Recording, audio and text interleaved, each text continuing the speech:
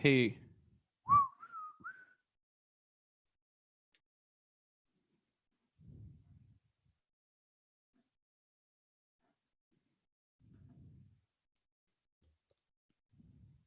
Okay, we're starting to get people in.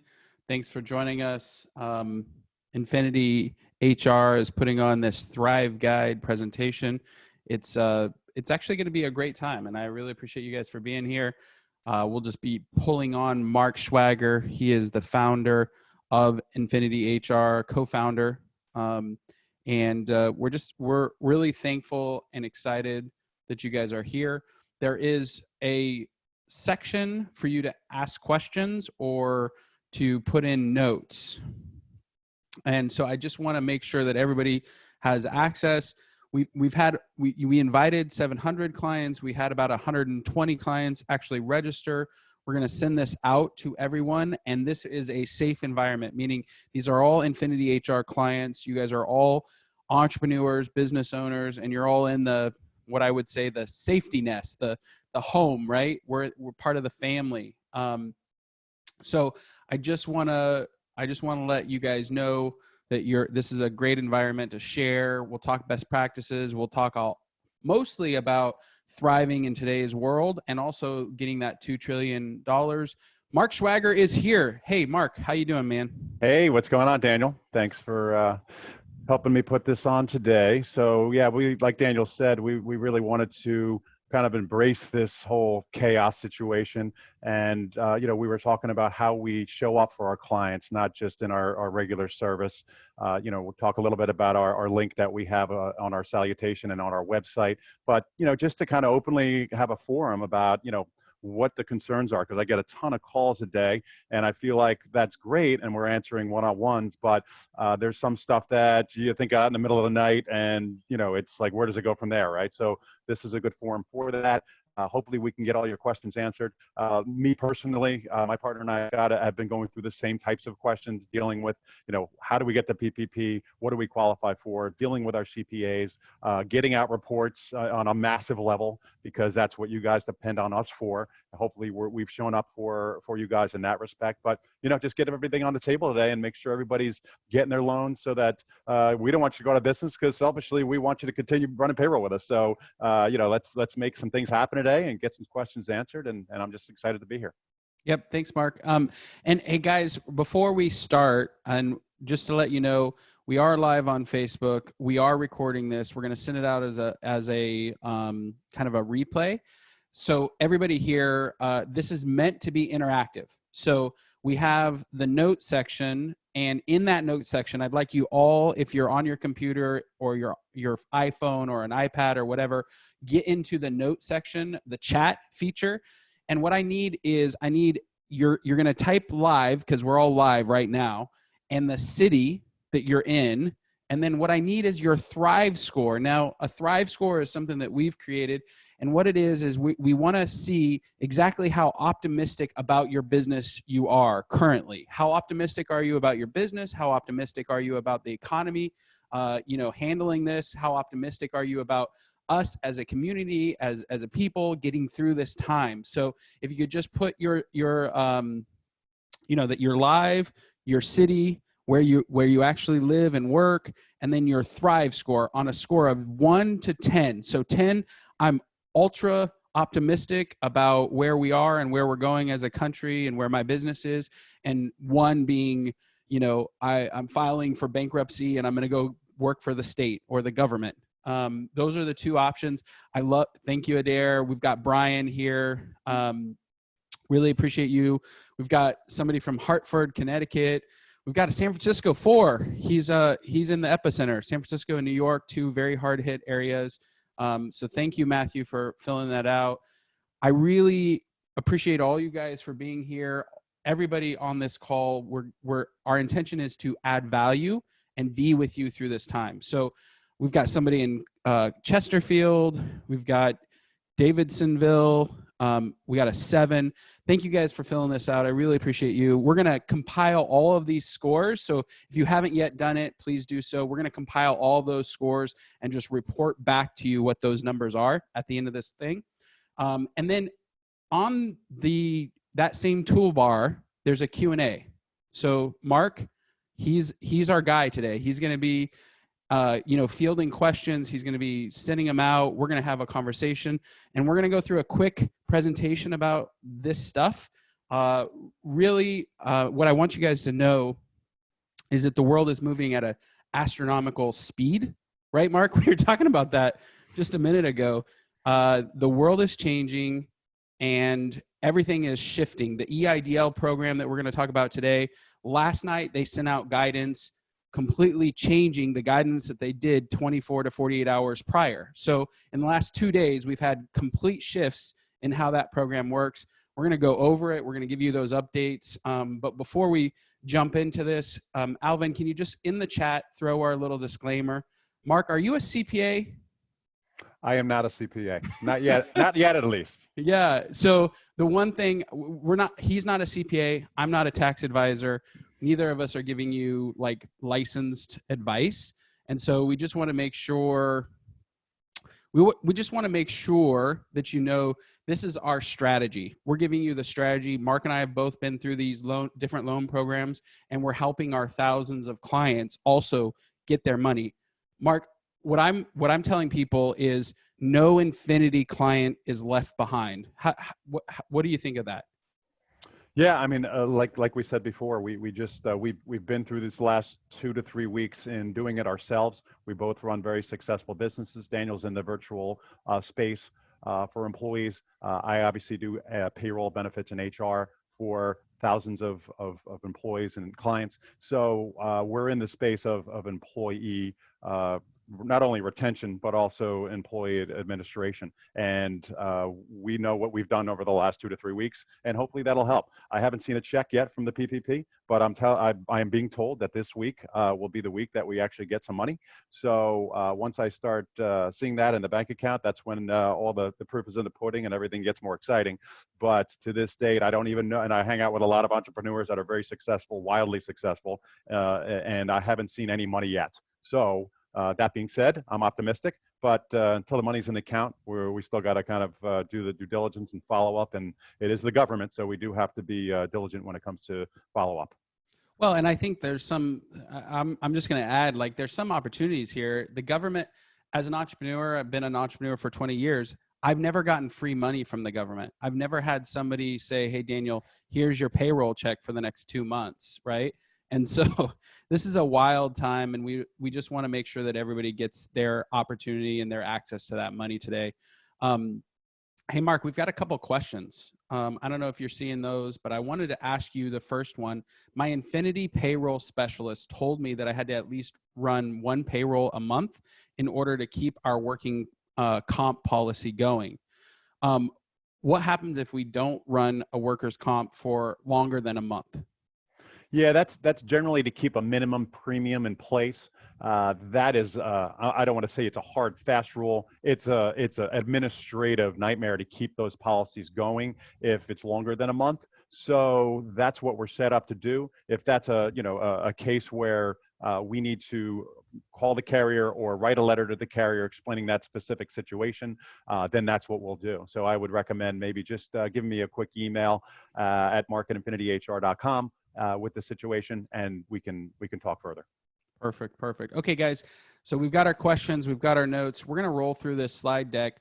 One thing, we did the live score, so we've got that getting compiled. Jeremy, whenever you're ready, throw that live, the Thrive score in the chat notes for everybody. It's going to be a great thing to share. The one thing that I want to make sure that we are all kind of cognizant of is that right now is the time, it's our civic duty to stay productive as a country. And this is really what I believe is the most important thing for us as CEOs and leaders is to take action. Remember, we're still servicing our people, we're staying productive, we're showing our employees how to continue to do their job, and there's just some small shifts that we need to do differently.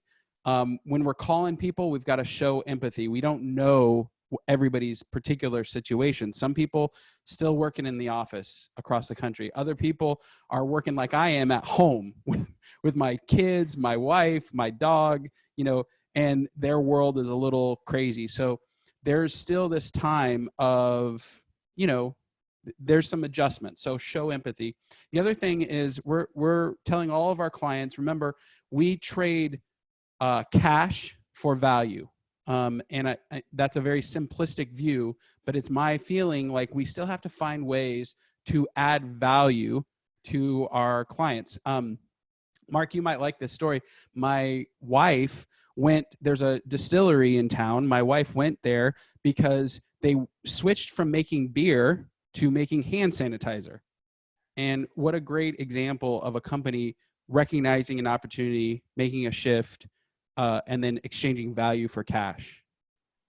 Yeah, that's great. We actually have a local distillery that's doing very similar thing. That must be a national motivation for a lot of these distilleries and breweries now. So that's great that people are stepping up and doing that. I think it's great. Okay, so we got our beginning Thrive score.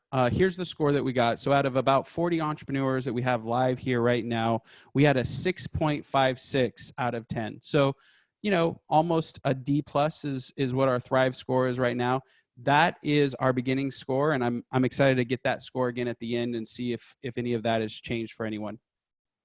The next slide, we want to talk about the EIDL loan. Now, here's the craziness. There is a portion of this loan that is a $10,000 free grant. And what that means is you can actually apply for an EIDL loan. You can apply for the maximum amount, $2 million. And within 3 days of them processing your application, you could actually get a grant for up to $10,000. And that money is completely free money. It's a grant to your business and to you as employers. Now, there's some catches, and we want to talk through those catches, but it's a great example. The next thing is what you need in order to apply. We just created a quick list.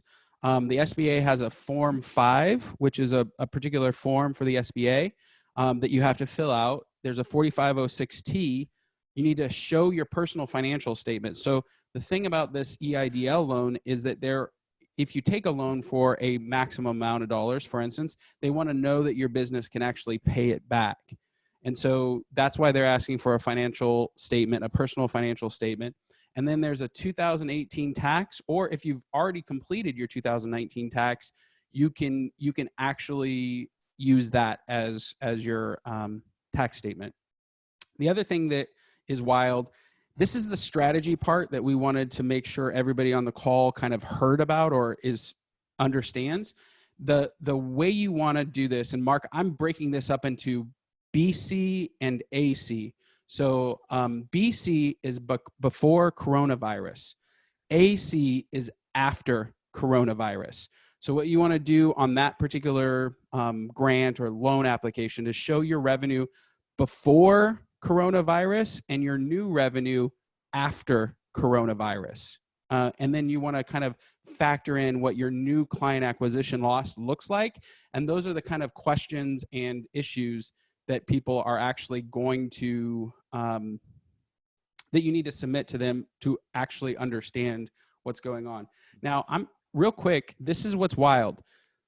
2 nights ago, they came out and said we're maxing because their money is running out. Remember at the beginning of this, we talked about having no Infiniti HR client left behind. 2 nights ago, they came out and said they're capping the dollar amount to $15,000. Yesterday, they came out and said we are capping it not only to $15,000, but we're also capping it to $1,000 per head. So for businesses like me, 3 weeks ago, we applied. I was hoping for, maybe $500,000 or $1 million in loans. And it looks like the maximum amount, because the money is running out, is actually $15,000 at $1,000 per head. Mark, do you know anything else about this particular thing that's coming down the pipe? As far as the new laws that are coming into play, we just got something on a wire this morning that we're deciphering. There is going to be a section in your next slides that I'll talk about our live link for not only Infiniti customers, but anybody that can get on the web. So that will be in there, I'm imagining, by the end of the day today, as far as the updates and everything like that. I do have a question, Daniel. Yeah. for specifically for nonprofits. If we're a nonprofit and do not file taxes, do we still qualify for the grant? My interpretation is that there is a section for nonprofits, but the detail of it, I'm not quite familiar with. So in a group that I'm in of entrepreneurs, there's a guy who is absolutely a nonprofit, and here's what's wild: he has 5,000 employees. So even though you don't file a tax, you still report to the government what you actually pay your employees. And so you would actually, in this case, go through the process of actually. I would go through this process for the EIDL loan, and you can actually get up to $10,000 or $15,000. But whether you're a nonprofit or a for-profit, it makes no difference. My friend, who is a CEO of a major company with 5,000 people, he just got his PPP money on Sunday night, actually. So he got his PPP money already, and they're a nonprofit. So I think that's good. That's great. Let's go to the next slide real quick. So this is these are the two different programs, and we put together this really quick slide so that everybody on screen can have clear information about not only the uses of the different PPP, but also the comparison between the EIDL and the PPP. So this is the deal. This is all wrong now, because even though we created this last week, even though we created it, it said 2 million. Last night it got changed to, the maximum amount is actually $15,000, which is just nutty, right? But on the EIDL, there's an interest rate of 3.75%. So if you get a loan for $15,000 and then you use it for, any part of your business, up to 10,000 of it can be a grant where it's 100% free. But the other 5,000 would actually be a regular interest loan. Some things about that particular regular interest loan is that it's not forgivable. That, for 6 months there's a deferral portion to that loan, so you can actually ask the government to hold off on making payments.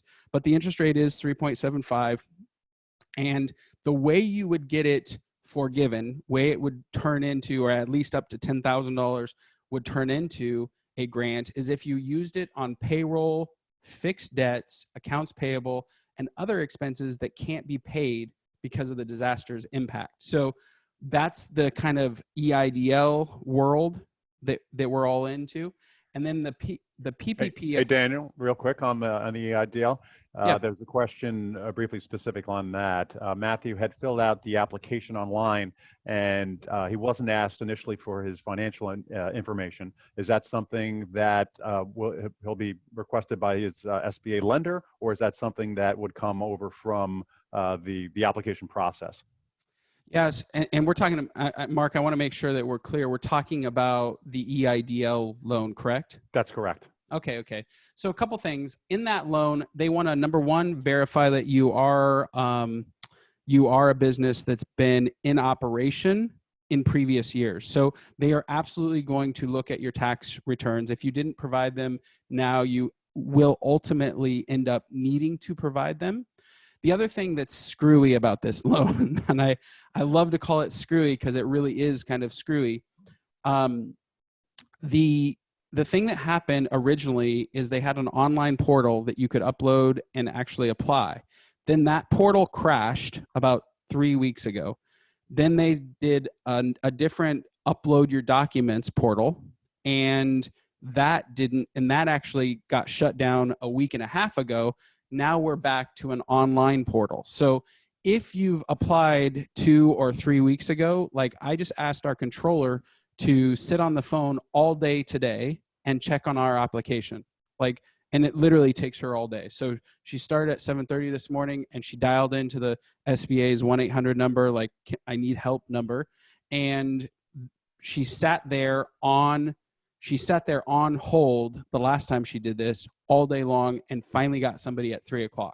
So, and it was good that she had done that, because I didn't know that they changed their application thing again. This was the second time that they changed it.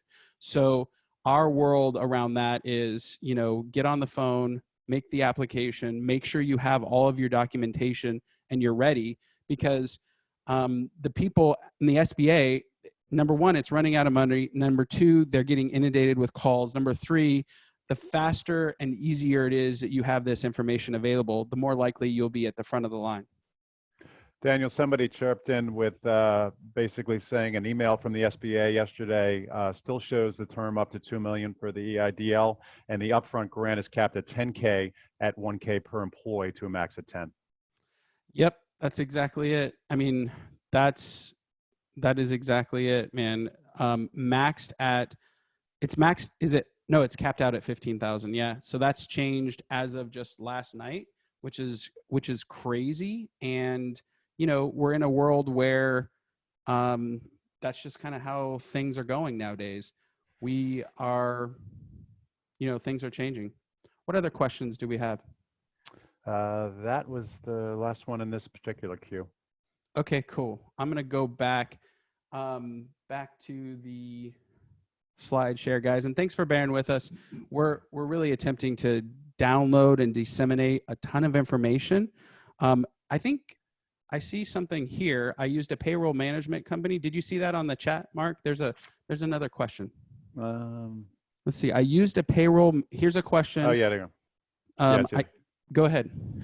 Use a payroll management company which provides employees. So my company doesn't have employees. How can I apply for the EIDL? How many employees can I show for my business? That's a great question.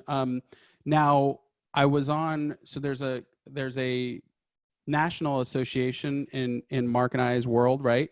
And I was on the video for them. And Mark, I don't know if you've heard very similar things. Even though you have a payroll management company, meaning your third-party employer, and they technically have your employees, they are precluded from taking your people and applying for the PPP. You as the business owner, and it's basically per EIN, so per employee identification number or per company ID number. That's who actually applies. Is that your understanding too, Mark? Yeah, and there's a couple of relationships that you need to spell out before we answer that question. What needs to happen is it a co-employer relationship or is it a staffing relationship? So under a typical staffing model or an EOR model, which is employer of record, those employees are the EORs. So even though you might be paying for 50 employees under that model, they are still qualified under the EOR, so not your federal ID number. Under what Infiniti is a professional employer organization. It's a co-employer relationship that's spelled out under these rules that it's by FEIN. So Kamlesh is the question is that needs to be asked by your current payroll management company, whether it is under a staffing model or what we call a professional employer organization model. And it's simply in the contract. It should spell it out pretty clearly. Yep. Cool, man. It looks like we have an email from the SBA yesterday, today, still shows the terms of up to $2 million. Yeah. We have that question in the question and answer section. The reality is, and I don't know if you can't see me on camera right now, I'm crossing my fingers because what I hope for is that the government realizes that they didn't approve enough and that this situation is going to continue probably into some portion of May, the month of May. And they're going to put another $1 trillion into these two programs because if they don't, I think we're going to continue to see unemployment and continue to see businesses who didn't take advantage of these programs. And if that's the case, the SBA may change their dollar amount. The EIDL loan is not specific to COVID-19. Anytime there's a tornado or a disaster, these loans and these debt facilities are available for businesses and citizens of the United States who have had a disaster happen in their world. So their terms have always been up to $2 million. So I don't think that's going to change anytime in the future. Yeah, and I was just listening to the press conference yesterday, and the questions from the press were coming out about taking care of small business and what does that look like, and they were pretty clear on we are not going to let small businesses take a big hit on this. So I got to think that there's going to be something coming up in the next week that includes a second round, and they also referenced that look, the money's not even on the street yet for this first round. Let's make that happen first, and then talk about the second round. So I'm feeling pretty comfortable that there's going to be two of these at least. Yeah, and maybe more. Let's hope for more, right? Yeah, right. I I do think this is a cool time though. Here's one thing that's crazy is as a entrepreneur, I've never been in a scenario where anybody's given me, free money, grant money. So that's why I think it's so important that we're doing this and that we're breaking this down. Alice asks, do we submit applications directly to the SBA website or to a local lender? Thank you. Alice, thanks for that question. Alvin, who is our virtual assistant here at My Outdesk, he's in our marketing team. He's actually going to put the link to where you would apply for an EIDL loan in the chat right now. So Alice, your question, there's a link for you to apply for the disaster loan. And then the PPP is your local bank. And that's why if you're seeing the screen right now, we have this very clear and concise two different sections. The disaster loan, EIDL, is directly with the SBA, and the PPP program is with your bank. So that was, I hope that answers your question. Let's see. I applied for the EIDL loan several weeks ago and submitted, but have not received any more notices and did not get the $10,000 advance. Should I apply again? Whew, Brian. Mark, you want to try this one out? I don't know the best advice in this one. I have two LLCs that have also done the same thing and haven't heard anything.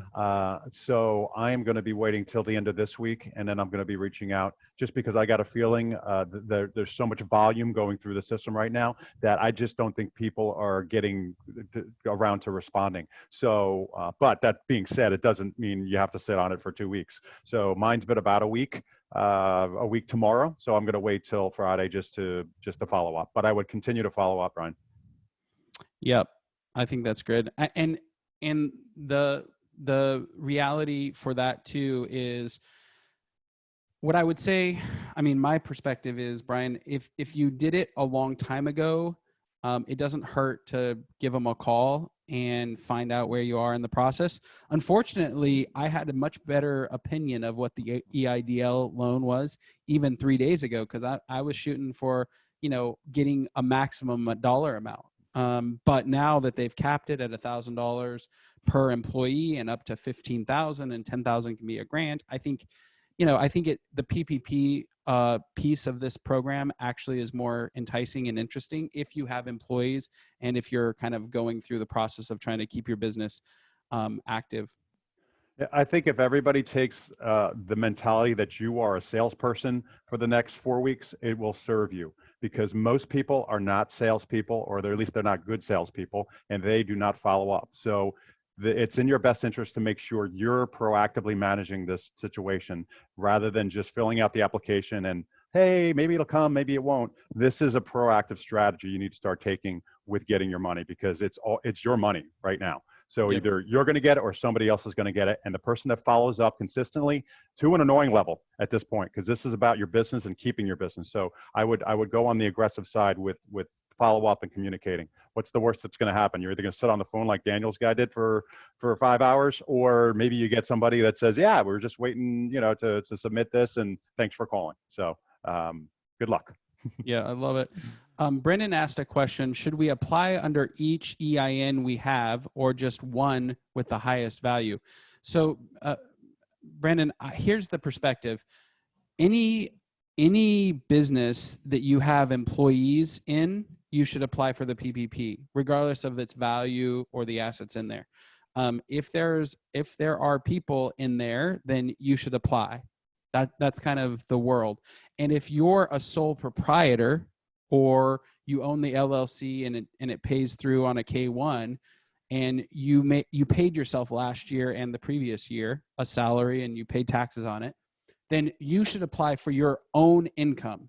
we have a lot of entrepreneurs that are sole proprietors, meaning, they pay themselves a really good salary, but they don't have any employees. And the PPP, for the first time ever, this program and the EIDL is open to people who are 1099, people who are sole proprietors and get pass-through income. So this is absolutely a program that you should for sure do. Hey, I see another question in there, Mark. Would you mind helping us out with that one? I just chatted with the co-employer. Which client is under Infiniti? The relationship, is that the one from Dawn? No, Chris did in the question and answer. I called the SBA yesterday, and they said that if you applied before the 30th, oh my goodness. So I think this is going to help. We had a question about this. So thank you, Chris, for that. I called the SBA yesterday, and they said if you applied before May 30th and your confirmation starts with a 2, you will need to refile with a new streamlined process. If your confirmation starts with a number with 3 and filed after March 30th, you are in the queue. I asked if they would check my number, and we were applied on April 2nd. The rep said that I was in the system, but there was too many apps, so just be patient. Oh, hey, Chris, that was great. That's great news. I'm gonna cut and paste that into the chat so everybody sees not only your question but that information. I'm really grateful for that. I'm gonna go check my number now. Was that before you blew up the system the first time, Daniel? Yeah, I totally did blow it up. Okay, Al asked a question. Would it be better to delay the PPP application till a later date if your payroll right now will cause you to not achieve 75% or more of history? We are hoping business picks up some and more in the coming months so we can use the loan dollars properly. Whew, Mark, I'm going to let you answer that one. That's really the catch-22, right? Because you really want to get that application in now to get in the front of the line, but it's going to be the burden of proof will be on you. And whenever the government decides they're going to require that documentation of the 75% or more. So my inclination would be to apply now. If depending on what your ratios are, if you're close, I would just send it through. If you're not close, I'd say you're at 50%, then I would wait. But my mentality right now is get what you can get, and then figure it out later. So depending on the obviously the ratios there. And I think I'd add that we're not sure how long this is going to last, and I would not delay, because if the money runs out and the Democrats and the Republicans can't work together in Congress to pass more another bill or some more relief, then and if we continue to be in this slump, your window of time might it just might be gone. And so my world is apply. And then here's the rule. I mean, I don't know. This isn't a hard, fast rule. This is just an opinion. Mark, feel free to punch holes in it. But we're running our business in today's reality, meaning prior to COVID, what I called BC, we had a certain amount of sales and we needed a certain amount of folks to service our clients. After COVID-19, we have a certain business. We have a certain business model. We make a certain amount of sales. And so we are in process of making our business cash flow positive after Corona in this new world where, we just aren't selling as much and we aren't doing as much business. And we likely, that's going to be like that for some time. So we're building our people and our model to be profitable and our business to sustain regardless of whether we get this money or we don't get this money. And regardless of what we hope might happen down the road. So my response to you is I would not wait. I would, reroute money to your business to be sustainable right now in this current world. I think Al had a question. I heard that we can apply and defer the funds until later with the PPP loan. Mark, have you heard that? Deferring funds? I have not heard that. I was under the impression you would get that money and you would have to put it to use in the fashion that they have expressed, and then that's when it would deem either forgivable or you would start your payments. Yeah, I would agree with that. My understanding is the moment they drop that money in, the clock is ticking, and they expect you to spend it within 8 weeks after receiving the dollar. I'm glad that we're on this because this is part of the slides.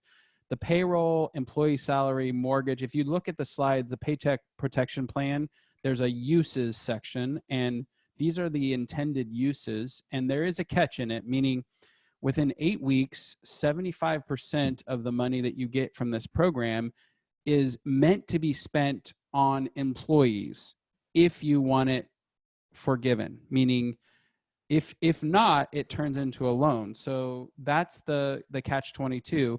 You have 8 weeks to spend it. 75% has to be spent on employees. And if you don't, no big deal. It just turns into an annual percentage rate of 1% and a regular loan. And realistically, there shouldn't be money just sitting around anyway, because that's why the calculations are in place to qualify for specific amounts, so that people aren't just randomly throwing numbers and now they have an extra $500,000 sitting around that they could use for investment. I mean, that's all great, but I think that the proper use of this money is to stay above water, keep all your employees being paid, and keeping the economy running. So I think the design of it is right, and it should be spent on those things that are necessary. Here, Christopher Bennett has a great question. I have a news business that was incorporated October 2019 and has employees and a leased location before February 15th, 2020. What are my chances of my application for the EIDL and PPP? Mark, why don't you shoot on that one? Well, it's got to be one or the other, correct? No, you can do both, actually. Okay. Yeah.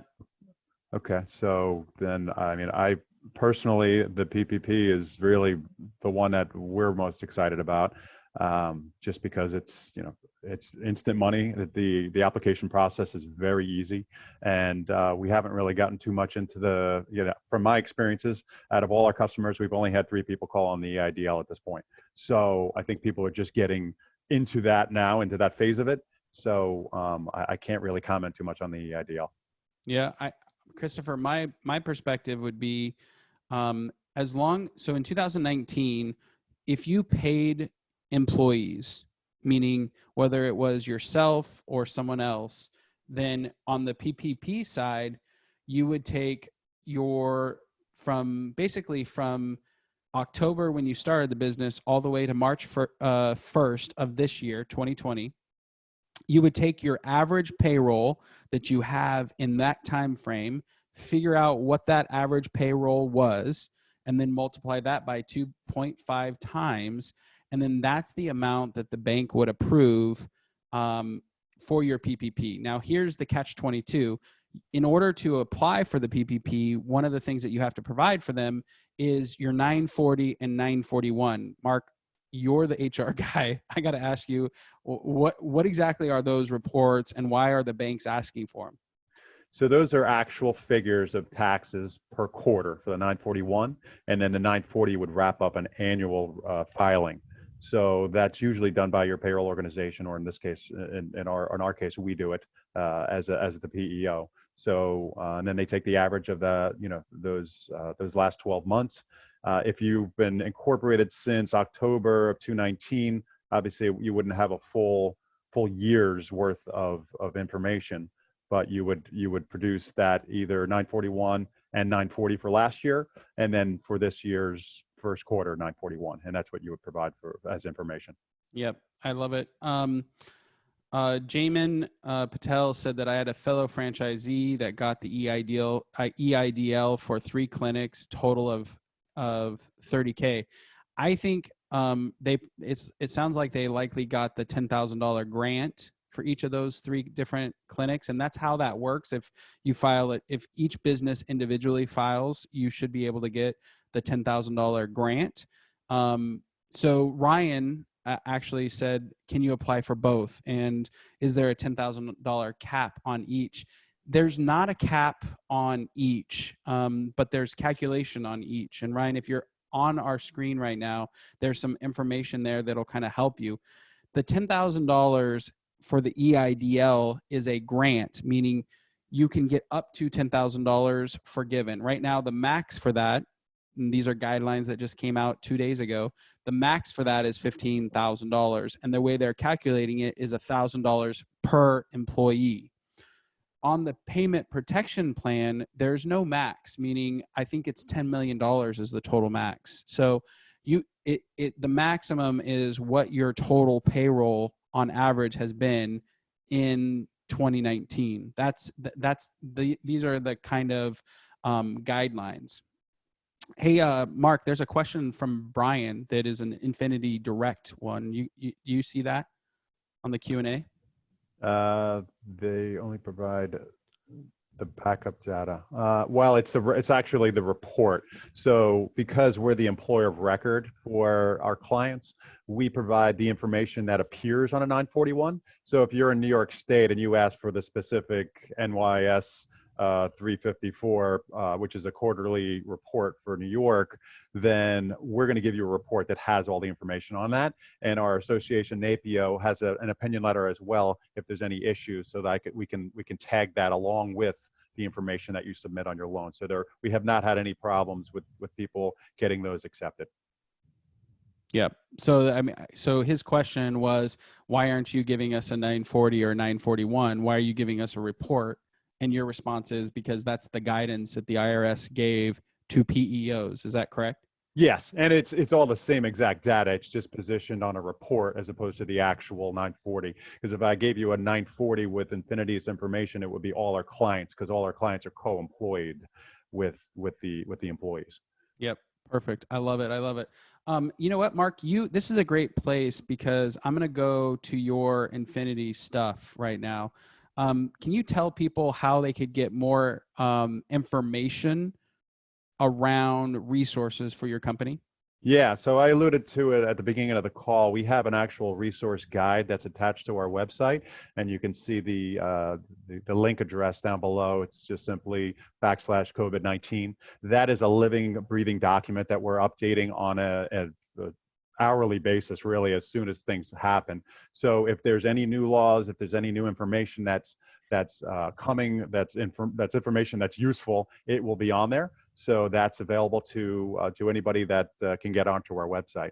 So if there's any questions on that, generally the key topics, especially for our employees, is the unemployment information. Every state's different when it comes to how you go about filing for an unemployment claim. Now, with the new federal laws, that this Friday, apparently an extra $600 is going to be tacked on to everybody's paycheck, which is exciting if you're an employee, not so exciting for the next 2 years for state agencies and employers like us, because that's just going to affect the federal unemployment tax rates. So that is something that would be on this site.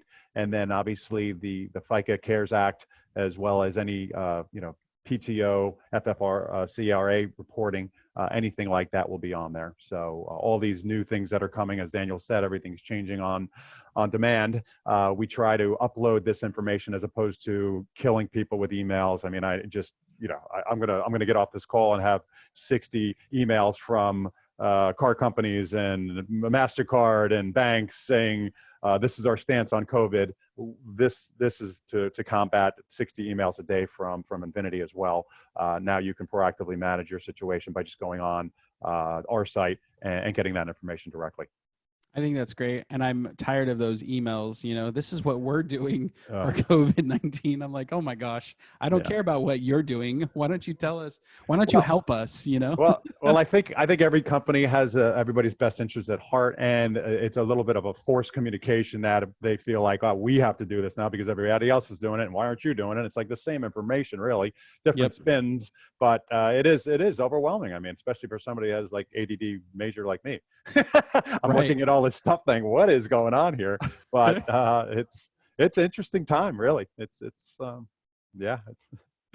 I love Al Ryan. Thank you, man. You're a good dude. He said that he found this report that said, most notably, and I'm reading this and then I'm going to post it in the Zoom chat, but most notably, the SBA application itself changed this morning.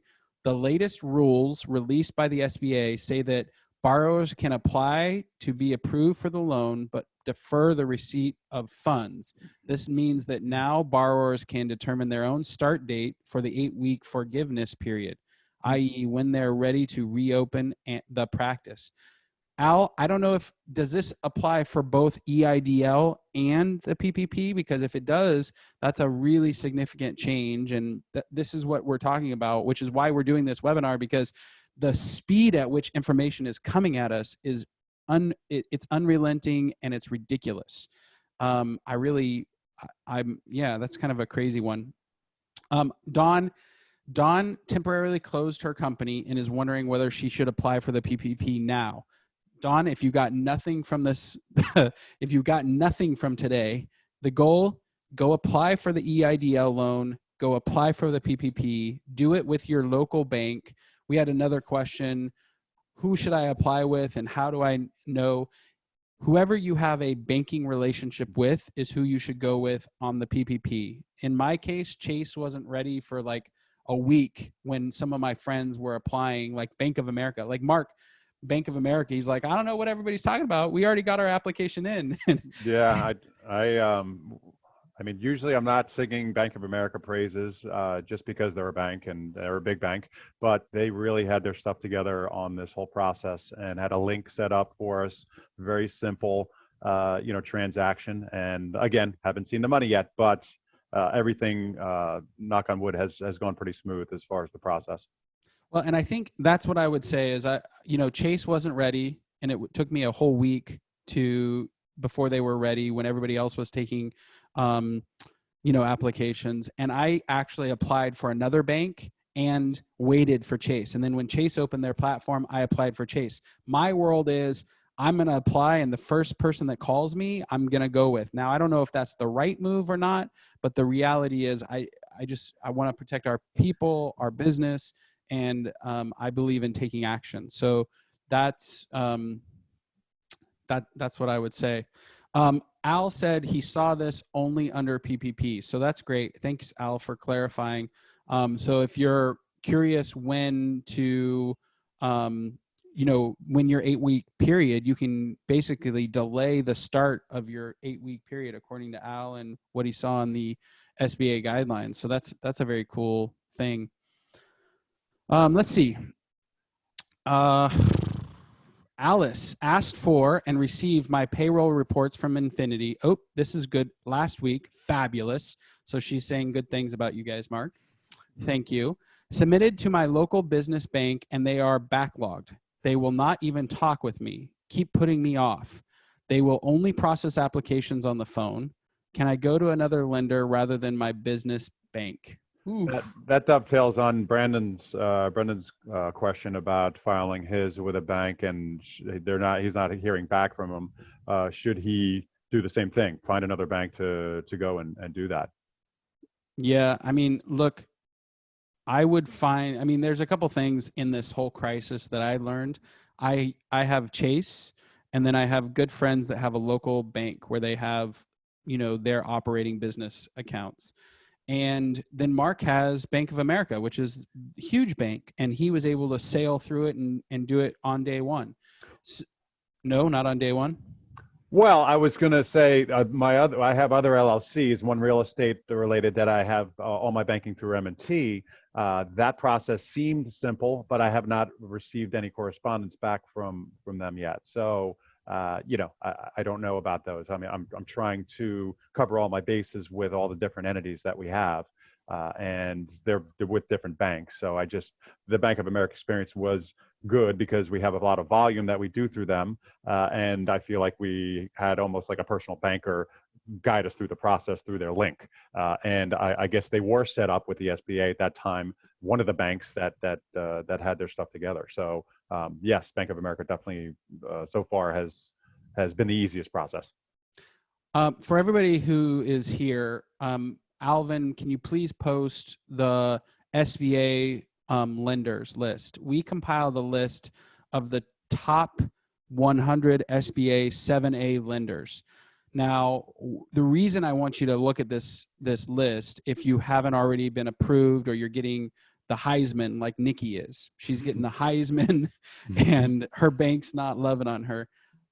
What I wanted to do is give that to you so it could spark some memory of a bank that you may do business with. I was helping another entrepreneur last week, and he's like, well, I don't bank with them, but I got a mortgage and a credit card with them. I'm like, those count. Are they, what kind of a account was it? He goes, well, it's a mortgage for some of my rental properties and it's in an LLC. And I'm like, dude, you have a business bank, a relationship. And he's like, oh, you're right, I do. And so we're giving you this list. You can check it out. It's on our blog. And maybe one of those lenders, you'll have a business relationship. Again, there's a lot of mistakes that I've made in the past. And I think one of the big ones was we are going to have a local bank where I have a relationship with somebody, and then we're going to have a national bank, and we're just going to split our money moving forward. And operationally, that's just how the world's going to work for us in this new time, in this new Corona times, as we would call it. That makes sense. Hey, Nick had a comment too. He said he went to another bank and they required a business checking account to be set up in order to proceed. Is that a big deal? Not really, but I get the bank stance. They want customers that are, putting money with them to put them in the best possible scenario to succeed. Where if you're just coming off the street without an account, that's probably not a good strategy because they're going to be working with their customers. So I understand that. Yep, I love it. Okay, well, we're moving on. And guys, I hope you got the 7A lenders and it sparked some memory for you. The one thing we want to give away a guide right now. So Alvin, if you can drop the text message in there. We put together all of basically a Thrive guide. So it's our entire company's resources page for Infiniti, for you guys. And in this particular text, and you can text it and you get all of this, it talks about the different stimulus money, and it has the slide that we just talked about. It has information about reinventing your value proposition. It has exactly what you need to do to move forward in your business. A lot of businesses are going to just simply stop, and some people are not going to choose to work in this particular time frame. And I think that's a mistake. And so if you're listening right now with us, what I'd like you to do is text MOD, and it's MOD for My Outdesk, to 31996. And you'll get it's like a 14-page guide that goes over all of the information that we covered here today. And we're about to wrap up with a couple simple slides. And really what I want to drive here is, Mark, you and I were talking about this right before we got on. And we were saying that, like, there are two types of businesses. There are people that are out there that are hustling, that are doing all that they can to keep their business alive. And then there's the other kind. Maybe you can speak to that. Well, it's true. I mean, the people that are really hustling right now. I was telling you. I mean, I feel like I have a pretty charmed life. I don't work 80-hour weeks, but I've been really energized over the last 4 weeks of meaningful work, helping people, helping clients discover new ways to figure this out. And I'm really enjoying that. And I'm trying to be contagious in my, my productive activities to help spark some other people to get excited about it too, because we've been in a rut of success for the last 5 years, right? The market's been great. Everything's been awesome. And I just feel like we needed a little kick in the ass. Not that we want people dying everywhere to have that happen, but I think this is a wake-up call for people to get back to what's important, right? Spending quality time with family and friends. We've done so many Zoom happy hours over the last 3 weeks, and it's different and it's fun and it's exciting. And I think we can take what we know now and add that value to our everyday life when all this stuff goes away in the next, hopefully 4 weeks or 6 weeks, and add a new perspective to our business strategy and our business life. And that's why I love this Thrive Guide, Daniel, because this gets you in a zone that this stuff's not going away. Virtual happenings and what we're doing right now is going to be the norm. And I truly believe that, whether there's a virus or not. This just opened up everybody's eyes to working from home, doing things and being productive, not sitting in traffic. How does this affect the car industry? How does this affect a lot of industries, right? That are just sitting back and collecting free money. And yeah, it's going to be a really cool time over the next 2 years to see what evolves and what opportunities play out. So I'm excited for one. Well, and we're and a free offer if you decide to go ahead and text MOD to 31996. We're going through with our clients and helping them discover their new value proposition. We talked a little bit about the beer, company, the distillery that changed their value proposition. Many of our clients are like, we used to do X and now we do Y, but we add in, we're doing it virtually and we're doing it safely, meaning, we're going to keep people safe. A good friend of mine owns a plumbing business, and he put in a entire protocol for his employees to be able to enter people's homes and work virtually. So, and I love it. Pivot, not panic. I love that. Sarah just threw that in there. And so here's the world. Leaders are going to move their internal employees. They're going to redo their value proposition, and they're going to speak to their clients and vendors and find out what they need. And some people are going to provide that value and others aren't. And so I would just challenge you guys. We're doing Thrive strategy calls. Anybody who texts that number, we'll go through what your value proposition will help you make sure that you get all of that $2 trillion of money. Will help you what with your unique questions. And Mark, I know you guys are too. You because your company, uses our virtual assistants. The lines are burning up, and people are getting served every single day. Is that kind of what's going on in your world? Yeah, and the volume of it has to do with specific calls of unemployment, employee verifications, all this stuff from 50 states that are coming to this central location. And yeah, MOD has been instrumental in making sure that's all facilitated in a timely fashion. So we really are appreciating the VA model at this point in our career. Yep, I love it, guys. Last couple things. We've redone our value proposition to our clients. We're helping entrepreneurs go remote. We're helping people update their roadmap. The reality is, and Mark, you and I are in this world right now, what we thought was going to happen in 2020 just isn't going to happen anymore. So we're encouraging our clients and even our internal staff and our own people to do a new 30 and a new 100-day plan. What are we going to do in the next 30 days to prepare for what the 100 days after this band is lifted? And so we're just adding that more value. Hopefully you can use that kind of format with your employees and you can get through that process yourself. And, we also created a shelter in place guide. It's a guide to remote work, basically everything that you need in order to continue to have productivity in your business today. So those are the basic gifts. If you text, this is what we're up to. Mark, our slides are done, man. We did this. Yeah. That's awesome. I also wanted to leave you guys with some things that we're doing at our company, Infiniti, around social crowdsourcing on virtual platforms. So we'll be hosting those over the next couple of weeks. A young lady by the name of Adair Cates, if you're on Adair, thank you for all you do for us. She is our dream manager for our internal organization. And we've done some really cool calls, just getting people in a zone of getting comfortable with virtual meetings, takeaways from this whole experience. People want to be thought of in a capacity of being taken care of by their employer. So this is a way for you as an employer to make your employees feel like they're needed, they're wanted, and that they're being listened to, because it can be lonely out there when you're sitting in an office by yourself and there's not a lot of communication. So those are strategies that we're taking internally, and we're going to roll that out to all our clients for their employees as well. So look for that coming down. I love it. Okay, guys, appreciate you being here. If you need more information about your payroll clinic, clearly Infiniti HR, that you guys have your act together.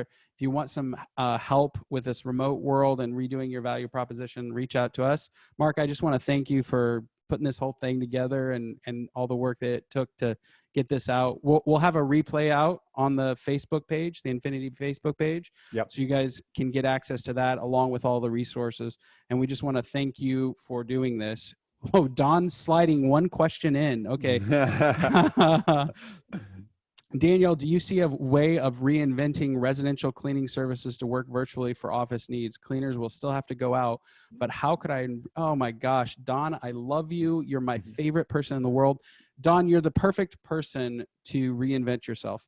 You are officially now the certified COVID-19 cleaner of your entire marketplace.